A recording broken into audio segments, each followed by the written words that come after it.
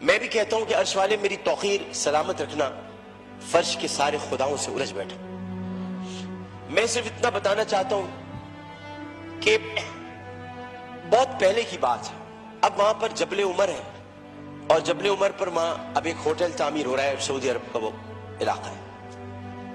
ایک آدمی رسول کریم صلی اللہ علیہ وآلہ وسلم کے پاس آیا، اس نے آ کر کہا کہ یا رسول اللہ مجھ سے بہت بڑا گناہ ہو گیا۔ تو آپ نے فرمایا کب ہوا؟ لیکن اسلام لانے سے قبل ہوا۔ آپ نے فرمایا کہ ٹھیک ہے، اب تم اسلام لے آئے ہو، تمہارے سارے گناہ اللہ نے معاف کر دیے۔ اس نے کہا میری بات سن لیجئے رسول اللہ، میں آپ سے بات کرنا چاہتا ہوں، اپنے دل کا بوجھ ہلکا کرنا چاہتا ہوں۔ آپ نے کہا کہو تم کیا کہنا چاہتے ہو؟ اس نے کہا یا رسول اللہ میری ایک بچی تھی،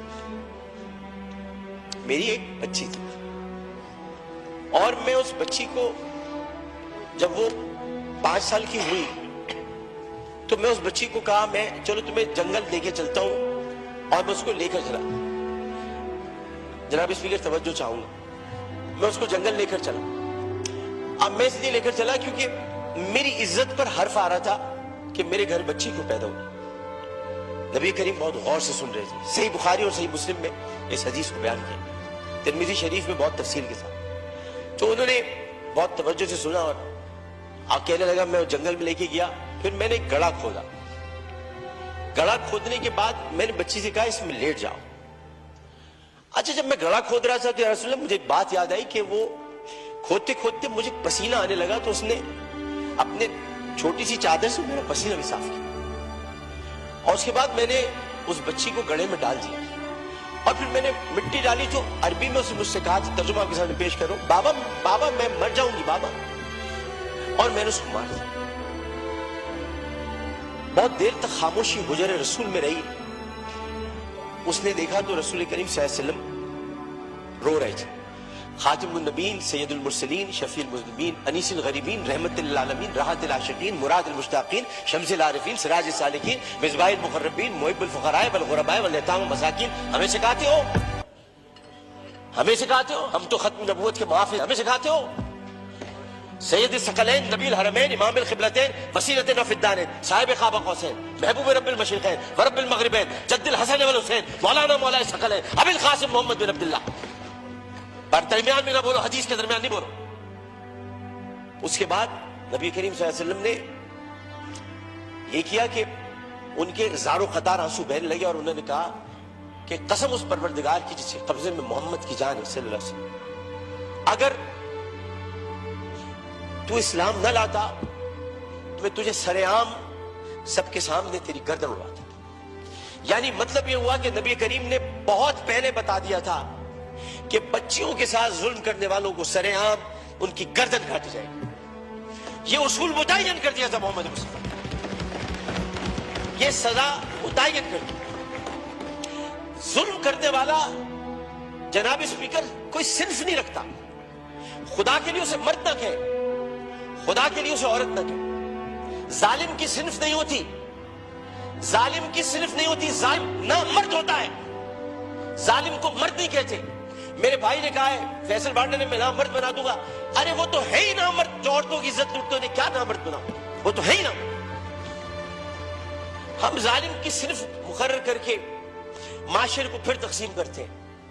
ہمیں کسی کی صنف مقرر نہیں کرنی، ہمیں صرف اور صرف قرآن اور سنت کے مطابق ان سزاؤں کا احیا کرنا ہے جن کی ضرورت ہے۔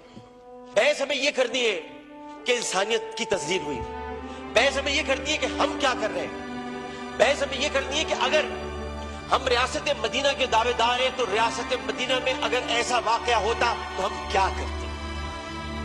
ہمیں یہ کرنا ہے، ہمیں قانون سازی کرنی ہے، ہمیں اسمبلی میں بیٹھ کر اس معاملے کو مل جل کر حل کرنا ہے۔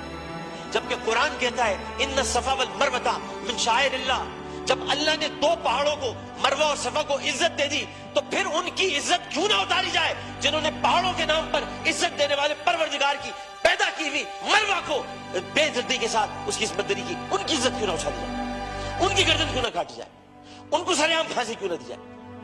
جناب اسپیکر، میں آپ سے صرف یہ بات کہنا چاہتا ہوں، میں شکریہ ادا کرتا ہوں اپوزیشن بینچز کا بھی، میں شکریہ ادا کرتا ہوں اپنی پارٹی کا بھی، میں سب کا شکریہ ادا کرتا ہوں کہ جو اس وقت اس درد کو سمجھ رہے ہیں, جو درد کو سمجھ کر بات کر رہے ہیں, اور جو نہیں چاہتے کہ اس وقت سیاست ہو. ہم میں سے کوئی نہیں چاہتا, اور جو ان باتوں پر سیاست کرے گا معذرت کے ساتھ, پھر وہ سیاست کر رہا ہے, عبادت نہیں کر رہا. وہ عبادت نہیں کر رہا. یہ اس وقت عبادت کا مرحلہ ہے, اور عبادت صرف 5 وقت پروردگار کے سامنے سر جھکانے کا نام نہیں ہے. عبادت ظالم و جابر حاکم کے سامنے کلمہ حق کہنا بھی ہے, اور عبادت اپنی جگہ پر رہتے ہوئے جو اللہ تعالیٰ نے قوت گویائی عطا کی ہے, اور 5 سوالات جب حشر میں کیے جائیں گے, کہاں سے کمایا تھا, کیسے کمایا تھا, جوانی کہاں گزاری, بولنے کا علم دیا تو بولے کہ نہیں بولے, ما کنت تقول فی ھذا الرجل, اس رسول کے بارے میں تمہارا کیا خیال ہے, کیا جانتے ہو, اس وقت ہماری زبانیں گم ہو کر نہ رہ جائیں. اس لیے ہمیں اپنی اپنی جگہ پر رہتے ہوئے اس کو عبادت سمجھ کر اپنا حق ادا کرنا ہے.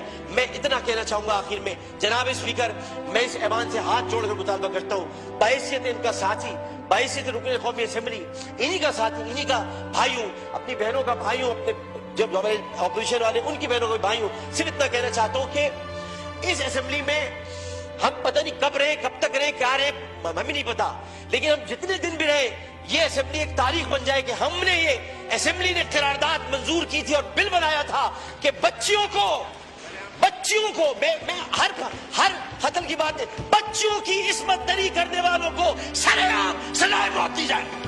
شکریہ جناب.